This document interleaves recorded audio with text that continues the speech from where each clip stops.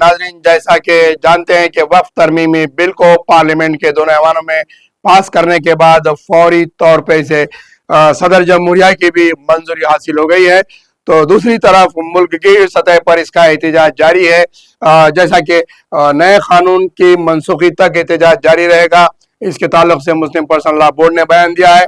اور دیگر تمام مذاہب برادریں اور سماجی تنظیموں کے ساتھ ملک گیر سطح پر اس کی تحریک شروع کرنے کی بات کی جا رہی ہے۔ تو اس تعلق سے آپ کو بتانا چاہیں گے ہم کہ جس طریقے سے تحریکیں جو ہے قانون بننے کے بعد گیزٹ نازل شروع ہونے کے بعد، گیزٹ جاری ہونے کے بعد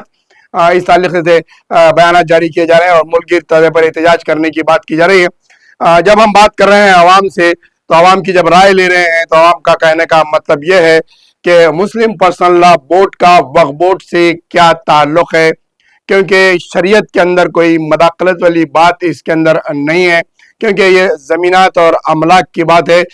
یہ بورڈ کی کارکردگی کو دیکھتے ہوئے یہ بل بنائی گئی ہے۔ اس طرح کے عوامی رجحانات پائے جا رہے ہیں۔ تو دوسری طرح یعنی کہ مسلم پرسنل لا بورڈ اگر اتنا ہی سنجیدہ طریقے سے اگر وقف املاک کے تعلق سے اب پیش رفت میں سامنے آیا ہے، تو کیا مسلم پرسنل لا بورڈ وقف بورڈ کی بل کے لیے جوائنٹ ایکشن کمیٹی جب تیار کی گئی تھی، جوائنٹ ایکشن کمیٹی کے ساتھ جب میٹنگز کیے جا رہے تھے، تو اس وقت وقف بورڈ کے اس املاک کے تعلق سے مسلم پرسنل لا بورڈ کیوں خاموش رہا، اور مسلم پرسنل لا بورڈ وقف بل کے تعلق سے ایک جوائنٹ ایکشن کمیٹی ہو جائے، اس طرح سے بابری مسجد جوائنٹ ایکشن کمیٹی بنائی گئی تھی، اسی طریقے سے 3 طلاق کا قانون لایا گیا، اور پھر اب وقف ترمیمی بل بنائی گئی ہے، تو مسلم پرسنل لا بورڈ ایک ملک گیر سطح پر ایک بڑے پیمانے پر ایک جوائنٹ ایکشن کمیٹی یا پھر بڑا ایک ایسا پلیٹ فارم کیوں تیار نہیں کیا جس میں تمام مذاہب کے لوگ ہیں، یا پھر ملک کے دیگر تمام ریاستوں سے تعلق رکھنے والے مسلم ایم ایل ایز ہیں، مسلم ایم پیز ہیں، نمائندے ہیں، کارپوریٹرز ہیں، اور جو ہے تنظیمیں ہیں، این جی اوز ہیں، مسلم سماج سے تعلق رکھنے والے، عیسائی سماج سے تعلق رکھنے والے، سکھ سماج سے تعلق رکھنے والے، اور سیکولر ذہن رکھنے والے، ان افراد کو ایک بڑے پلیٹ فارم پر جمع کرتے ہوئے مسلم پرسنل لا بورڈ کیوں پریشر گروپ نہیں بنایا، کیوں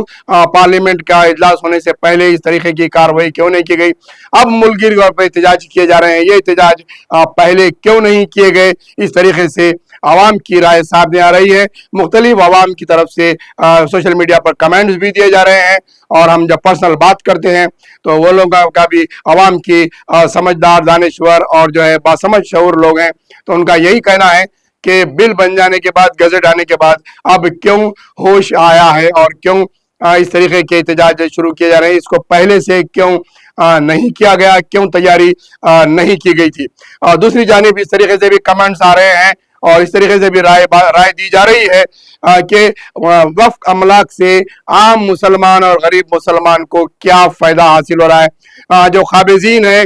جو شادی خانے بنا کر بیٹھے ہیں، جو بڑے بڑے قبرستانوں کے اطراف میں جو ہے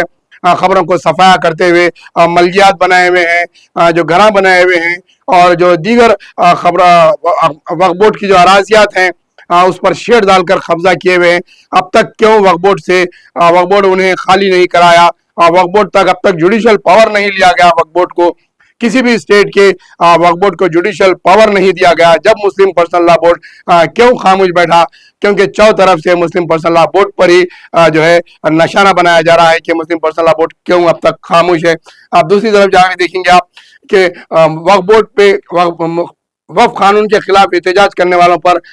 300 افراد کو نوٹس دی گئی ہے، اور ان کے اوپر کیسز بک کیے جا رہے ہیں۔ ایسا لگ رہا ہے کہ جو ایمرجنسی اندرا گاندھی کے دور میں نافذ کی گئی تھی،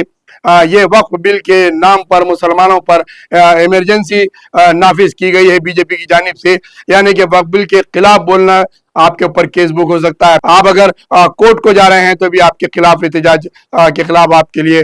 کورٹ میں کیسز بک کر سکتے ہیں، اور آپ کو گرفتاریاں کر سکتے ہیں۔ ایک طور پہ ایمرجنسی ڈکلیئر نہیں کی گئی ہے، لیکن ان آفیشیل ایمرجنسی مسلمانوں پر لاگو کرتے ہوئے وقف ترمیمی بل کے خلاف کارروائی کی جا رہی ہے۔ تو وہیں وقف ترمیمی بل کو صدر جمہوریہ کی طرف سے اتنی تیزی کے ساتھ جو ہے اس کو پربول دیا گیا ہے،